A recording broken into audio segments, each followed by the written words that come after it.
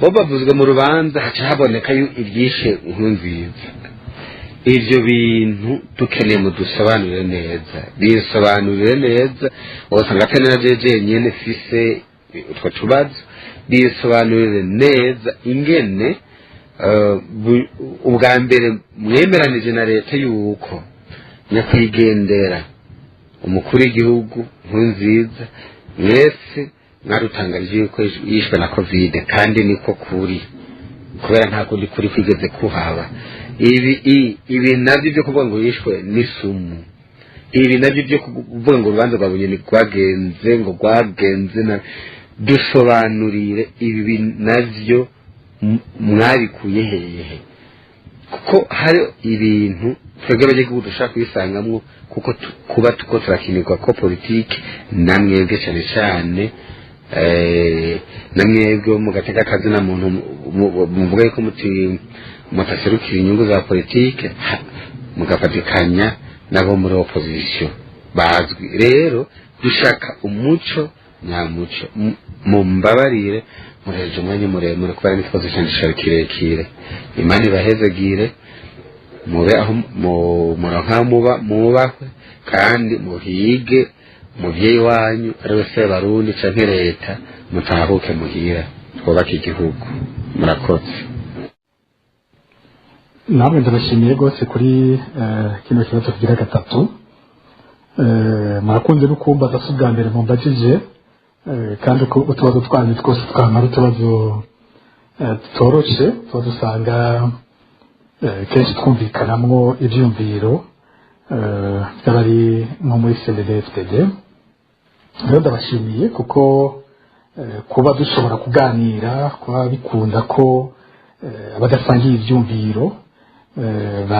bicara hamwe ntitwicaye hamwe mugabo bashobora guhana bakaganira, bamwe bose bakavuga icyo bafise ku mutima. Ni ikintu je sanzwe shima ko mvuga iminsi yose ko Burundi buzokizwa nuko abarundi bashobora kuvugana. Akabazo kawe nakabazo karekare cyane, akabazo k'iminota 8 karimo ibintu byinshi, ariko ndagerageza uko nshoboye ndakishureko. Mu ntango wagize uti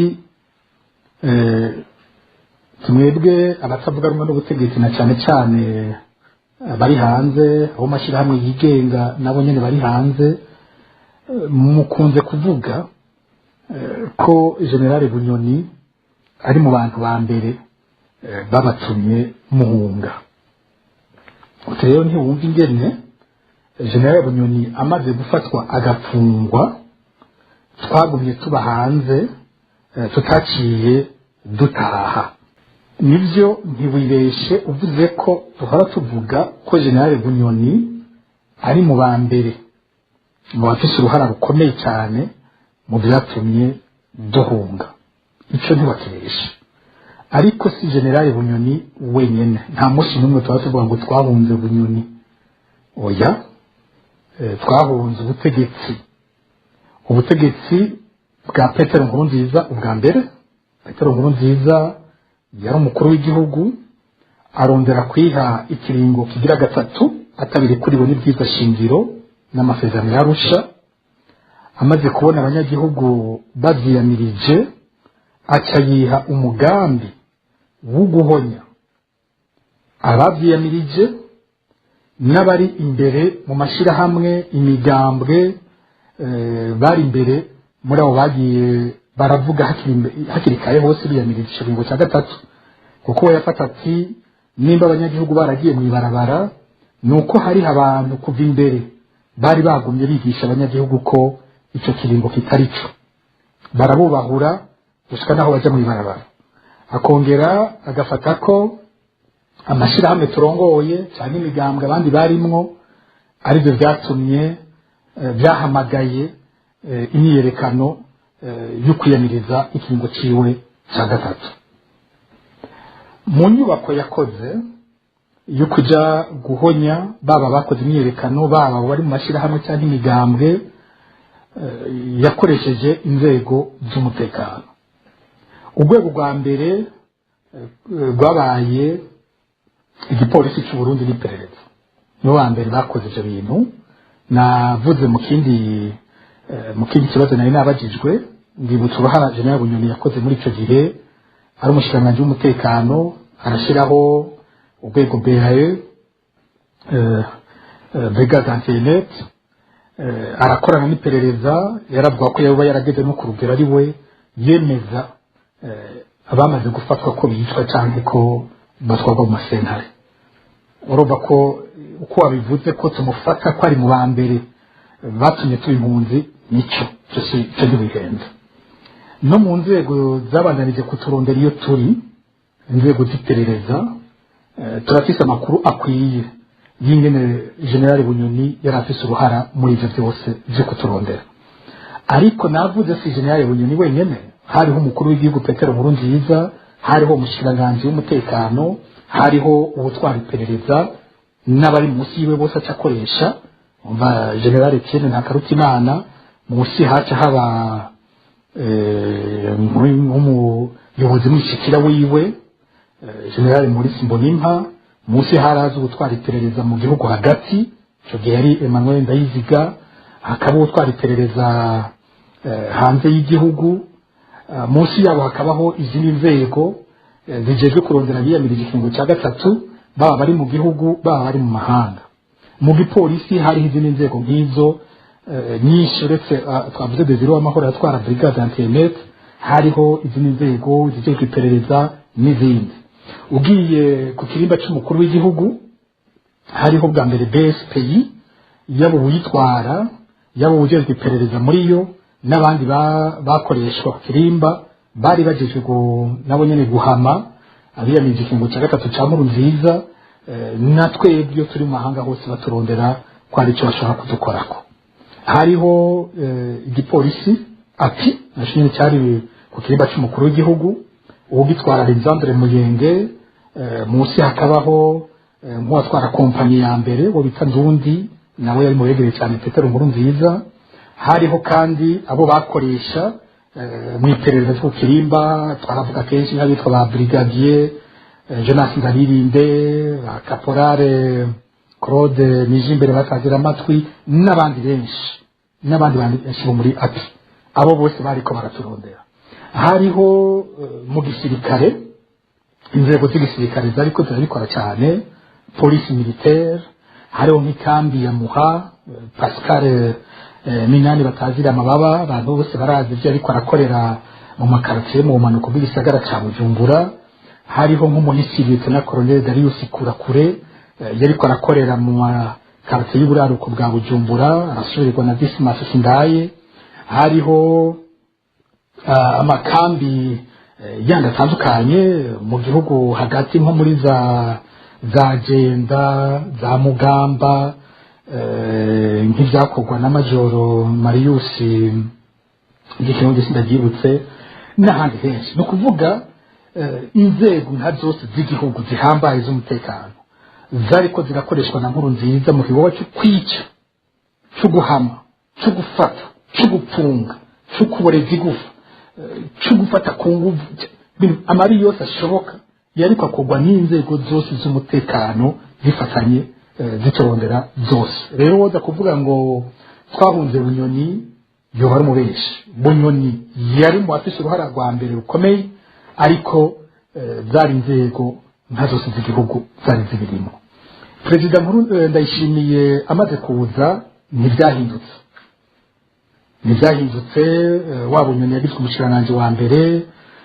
Gervais de la Kabuca akagenda kugarikaraho umushikiranganji w'intwari hagati mu gihugu, bose uko ari babiri bafise uruhara rudasanzwe rungana muri ivyo bintu. Ni ukuvuga niwopfunga Bunyoni ngo uzana ndakugarika ngo uvuge ngo waje guhumuriza abantu, nta kiba gihindutse. Ufashe abo ba Museremu ku butegetsi bwa Ndayishimiye, ugafata abo bose tuvuga ko bagiye barakora ibikorwa byo kwica abantu, abo bakazungu, abitwa bankoroka, bose bari muri izo nzego. Mbere ku butegetsi bwa Ndayishimiyeho haza ikindi gishasha cy'iperereza ry'igisirikare ryakoze ibara, naryo riratumarira abantu batari bake bari mu bagiye bariyamiriza ikingo cya gatatu cya Nkurunziza. Imvugo y'umukuru w'igihugu ntayitaniye n'imvugo yari ihari imbere, nawe nyine twita abansi b'igihugu. yariko aravuga guhera umunsi avuga ijambo rya mbere aheje kurahira imvugo yakoresheje yari imvugo itwita abansi igihugu nk'uko kuri Nkurunziza babikora ni nk'uko za manza nababwiye zidafashe zahavuye zisohoka bakazitwambika zakozwe ku ntwaro ya Ndayishimiye nta ntambwe n'imwe turigera twumva Evariste Ndayishimiye avuga ko aje gukosora ivyo bintu kugira ngo abahanye hagati y'akazina muntu batahuke mu gihugu amashirahamwe yigenga asubire gukora mu gihugu gushika barafuswe kugira imigambwe yafuswe isubire gukora kugira abarongoye imigambwe basubire kugaruka kugira abarongoye amaradiyo bashobore gusubira kugaruka bahaturika imitahe urumva ko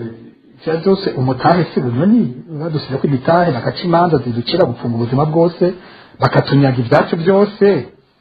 yaba yari bunyoni yabikoze apfunzwe cyangwa akuwe twaza twumva itangazo rivuga biti abo yanyaze ibintu barabisubijwe amashyirahamwe yafuswe aragarutse imitahe twashyize ku bantu turayifuse nta kintu na kimwe kijya muri iyo ntumbero cyabayeho rero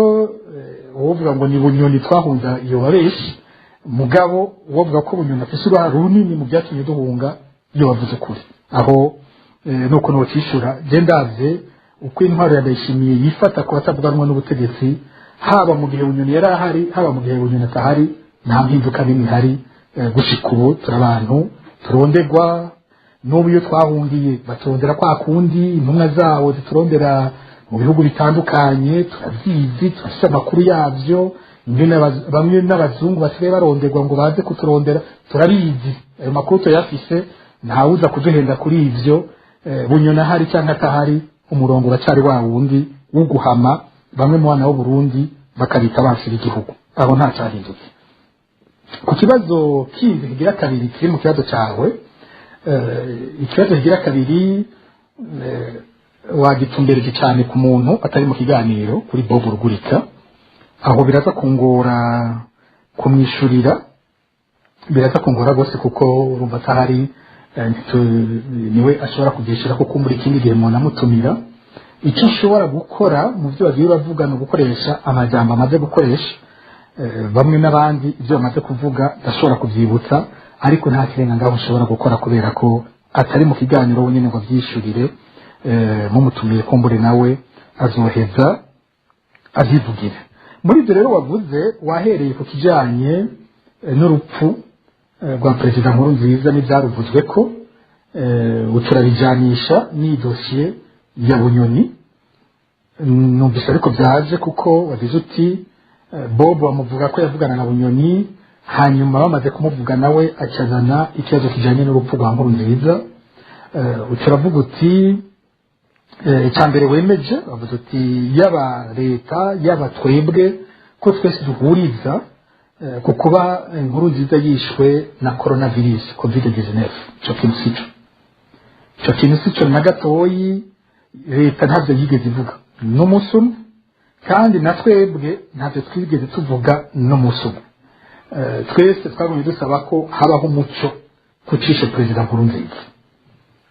nibutse ko imbere y'uko Nkurunziza apfa Nkurunziza atanemera ibyo bintu bya covid Nkurunziza yavuga ko Burundi bukingiwe n'amasengesho muravyibuka avuga ko ikirere cy'u Burundi gisengeye umuvugizi wiwe akavyemanga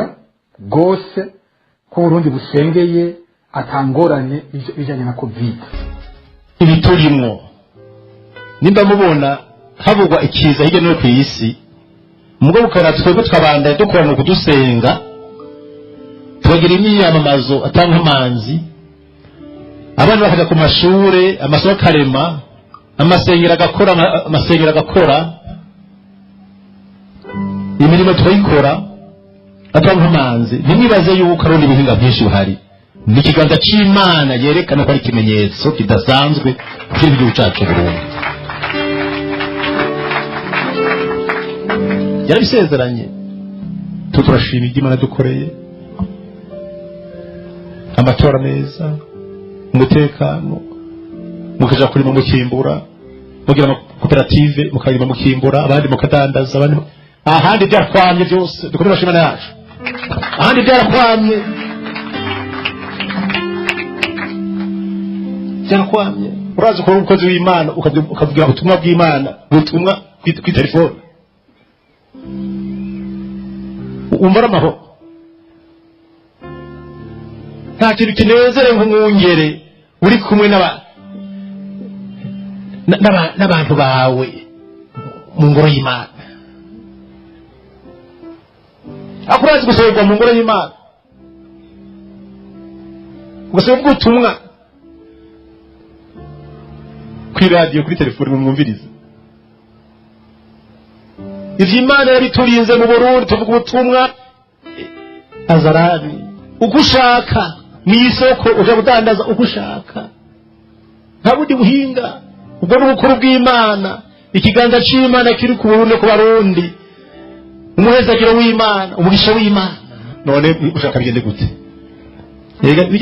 bijya biza byose bavuga bisha umuyaga none umuyaga w'u Burundi Imana iwutunganije neza nibihite tukore amashimana yacu nibihite nese ndabona ngaho mwebwe hari n'umwe yambaye agahobera mu ngaho mwebwe nira kambaye ngaho ukambaye ngaho hari n'umwe yambaye agahobera mu ngaho hari n'umwe ari ngaho n'Imana ibikora ikabirema ikabikomeza imbere y'uko apfa ibitigire by'abarwaye covid byaranyegezwa ntibyashirwa habona byagiye guhinduka apfuye bariho Ndayishimiye aje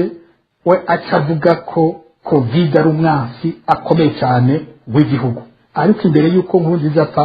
ibintu nticyavugwa byari binyegejwe hagize n'abamenyekana ko bayirwaye leta yarabiharira muriva ko byavuzwe ko umushikiranganji w'amagara y'abantu w'icyo gihe Tade Ndikumana yigeze kuvuga ko yarwaye covid akaja kwivuza muri Kenya ariko icyo gihe leta irabihakana ku buryo yavuye muri Kenya ubwo nyene aca yinjira mu nama y'abashikiranganji kugira batwereke ko atarwaye covid inyuma gato hacafatwa umupfasoni w'umukuru w'igihugu Denise Nkurunziza aja kwivuza muri Kenya Denise Nkurunziza yagiye kwivuza kubera ko byari biri mu gihugu batagaba bica birasamirana isi yose ibinyamakuru bya Kenya biramenyesha ko agwaye covid-19 baravuga ko n'abagiye bamuherekeje bose basanze bagwaye barabafasha nabo nyene muri ivyo bihe nk'uko vyakogwa muri ivyo bihe igihe muri mako n'umupfasoni wiwe yamaze kuja mu mahanga ivyo bintu byose biriko biravugwa Perezida Nkurunziza atahagarika kuja mu bikorane vy'abantu benshi muravyibuka gushika havuga amajambo yarababaje mu gihe covid tuzi nyene yari imeze ariko aratwenga ibihugu abantu bambaye agafukamunwa wewe akacita ngo agahoma munwa akabitwenga ndibuka itariki imwe kwa gatanu ahamagaye umukobwa wiwe kamuha agashimwe kavuga ati nyegera kavuga ati bijya bavuga nta biriho nimuvyumvirize iyo niyo mvugo yari iriho mu gihe cya Nkurunziza agafoto we nta cyo ndagufata kuko bijya bavuga sivyo bijya bavuga ibyo hanze sivyo bijya imara byitondera nuko mugenzi none ngani mwegeranye mwese ngaho hari ingwane mufise ngaho dukomera shimana yacu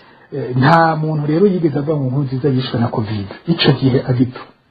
byarakekwa hose byarakekwa mu makuru mpuzamakungu ariko mu Burundi ico kintu nicavugwa leta y'u Burundi yashikirije ko umukuru w'igihugu umutima wahagaze nta kintu kirenga ngaho yigeze bavuga ntibavuze cyawuhagaritse ntibavuze akijya mu bitaro icyo yaragwaye ntibavuze na kimwe tugiye gusa ngo yarinjiye mu bitaro ngo ku munsi w'Imana ngo kuwa gatandatu hanyuma ku munsi w'Imana ngo atangura ngo kumera nk'ukize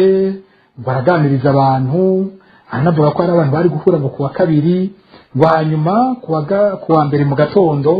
araremba acaja muri koma acapfa nuko babivuze nta munsi n'umwe bigeze bavuga mu Burundi ko President Nkurunziza yishwe na covid-19. Communiqué du gouvernement de la République du Burundi portant annonce du décès inopiné de son Excellence Pierre Nkurunziza, président de la République du Burundi. Le gouvernement de la République du Burundi annonce avec une très grande tristesse aux Burundais et à la communauté internationale le décès inopiné de son Excellence Pierre Nkurunziza, président de la République du Burundi, survenu à l'hôpital du cinquantenaire Natwe Turashoboye de Karusi